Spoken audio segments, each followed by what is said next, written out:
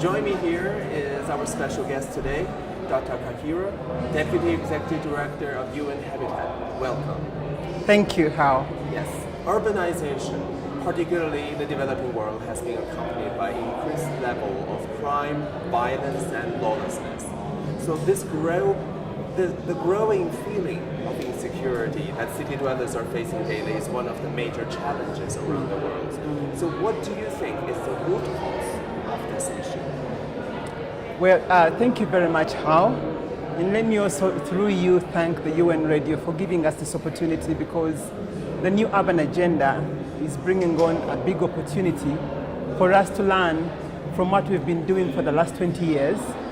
UN Habitat leading with our partners within the UN as a system and the rest to address the issue of safety and security in cities. I would like to say regarding the question that you've highlighted that it comes from different perspectives. What you may immediately relate it to is that because of poverty, the main cause is poverty, and that brings around safety and security.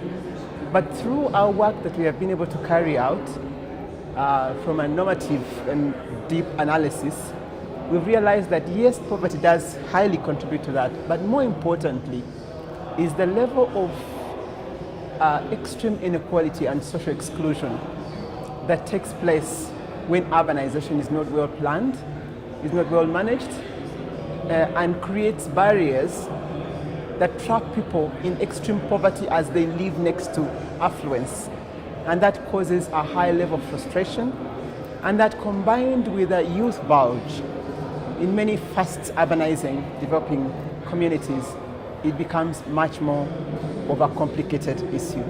So the new urban agenda, therefore, is advocating for an approach that first of all is citywide, so that you don't just look at, even if it's those that are most marginalized, when you are addressing it, you have to look at the bigger picture so that you can engage them from a holistic approach and connect them to where they can access jobs. Through key fundamentals, planned city expansion. And in that, I want to say that let's begin off from governance. Where is their voice? Where is their stake? Where is their role in the decision making in the overall planning of the city? Where is this public space? How do they access basic services, including education? And I think finally, their rights, right to housing, right to land, and if we do address these issues holistically, that would be very important. But secondly, I want to say how, from and I'm sure from all this experience that we've had, is that the pace of urbanization is much higher in cities, people migrating from the rural areas.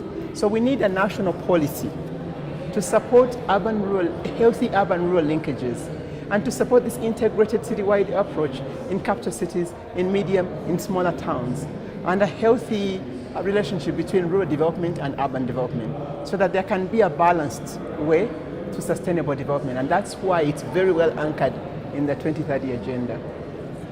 And what are some of the major challenges and difficulties mayors, as you know, you were the former mayor of Kigali, and local governments encounter in designing and delivering adequate and effective projects to answer to urban crime and disorder?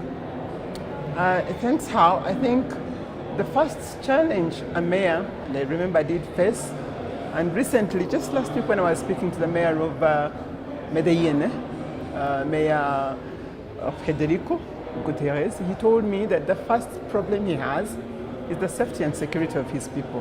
He's the face of government, he's the face of leadership closest to the people. And so when people have problems, they look up to the mayor for solutions. And yet the challenges of the city cannot just be single-handedly managed by the mayor.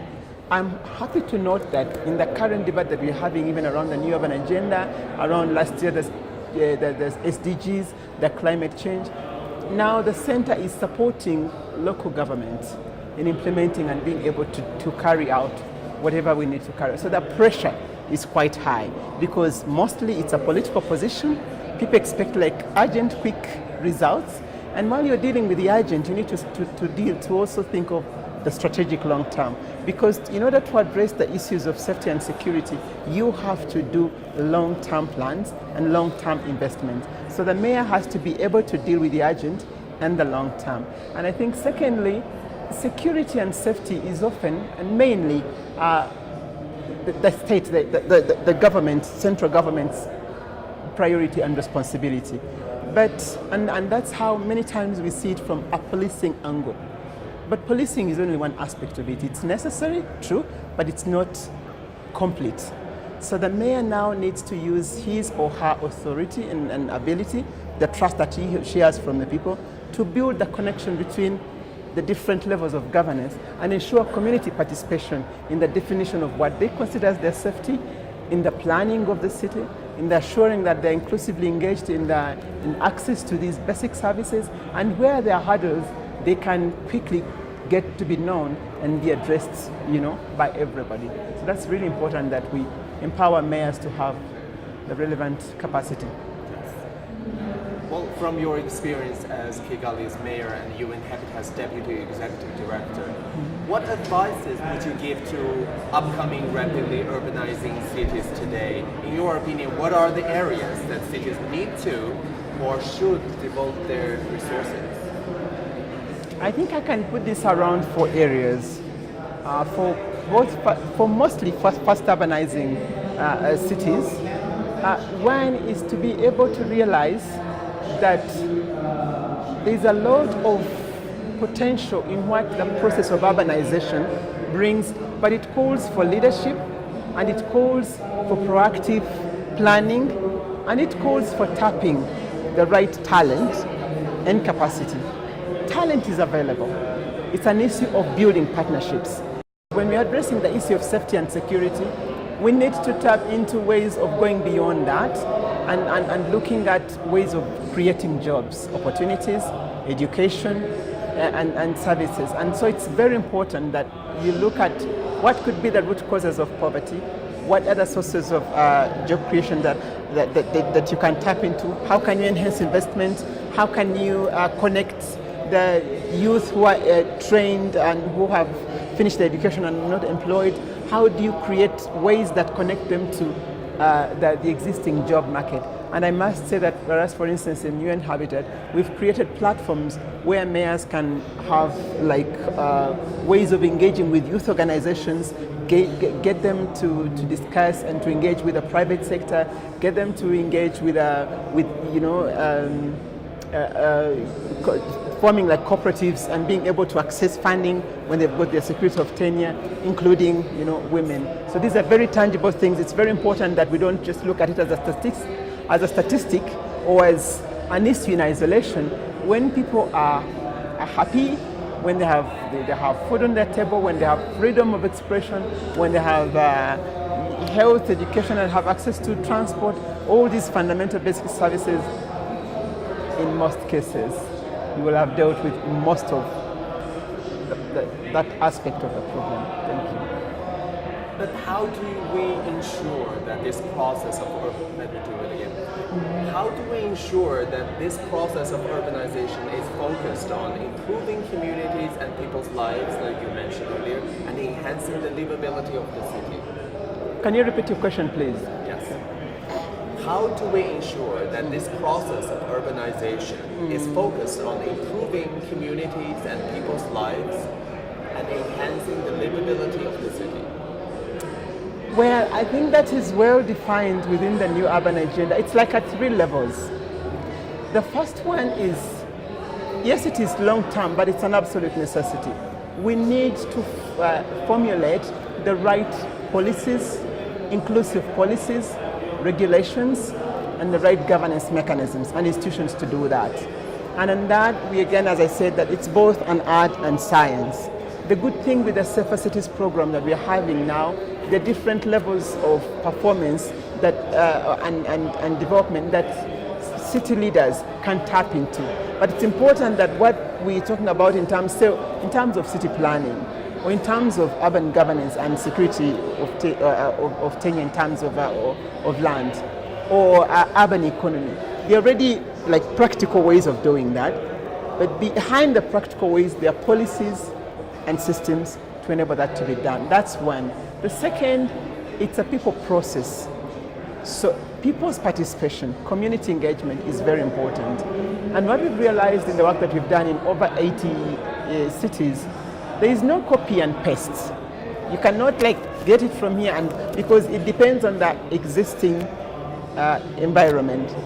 So it's important that you get to understand the context and the mindset of the people and the challenges they are meeting. Nevertheless, I want to emphasize the fact that there are some common principles that we see, which means that, like I mentioned about poverty, like I mentioned about lack of space, and all the other aspects. So it's important that people refer to the guidelines and the principles that can enable leaders to be able to effect that. The third point is around networks. The networks will be able to, because the moment you engage people, then it will be possible for them to be able actually to be part and parcel of the implementation framework. And it's really important that we monitor and evaluate performance. And it is important that we share. And it is important that we celebrate every single level of success.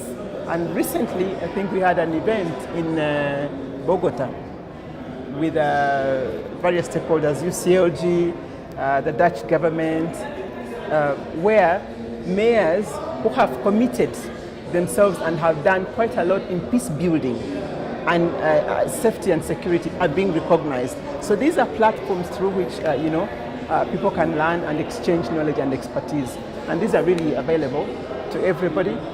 But the world that we live in, of course, is putting a lot of pressure because the people are moving very fast.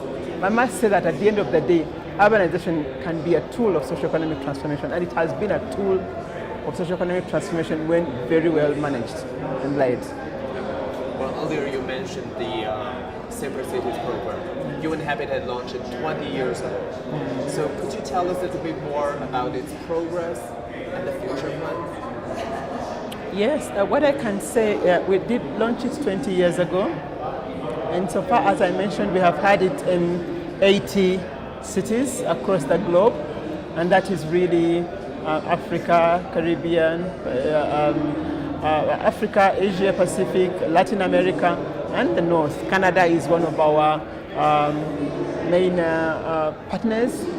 We believe that through that we've been able to establish a much broad and specific partnership, and the Habitat 3 process focused on it as one of the issue areas. So there were issue papers. There was a specific issue paper on safer cities that brought together the UN as a system with the other stakeholders to discuss how urbanization can be utilized or can be led to enable us to get to safety and cities. So that's one of the outcomes, is actually a very powerful commitment to safety and security within the existing outcome document of the new urban agenda, which we hope is going to be endorsed very soon. The second part is that we have developed tools that maybe my colleague technically who knows the details will explain to you. So when you talk about safety, it's important that you define it, but you also are able to assess it. So we've got tools that assess the level of victimization, the level of perception, and the existing bottlenecks or dangerous areas and ways to address them. Say street lighting, specific areas where especially the girl child and women are in most cases attacked in areas where they're expected to be like sanitation areas. So there are specific areas that specific tools that we use to map the safety and security in a city, and then from that mapping we work with the communities now to define the way forward on how we can improve safety and security. And then from there they report back, and from that community perspective now they develop a city-wide safety and security planning mechanism together, bringing it on board now, bringing in policing and the rest, but with a very strong governance perspective. I don't know whether I'm clear. Thank you so much for your insight and time. Thank you. Thank you too.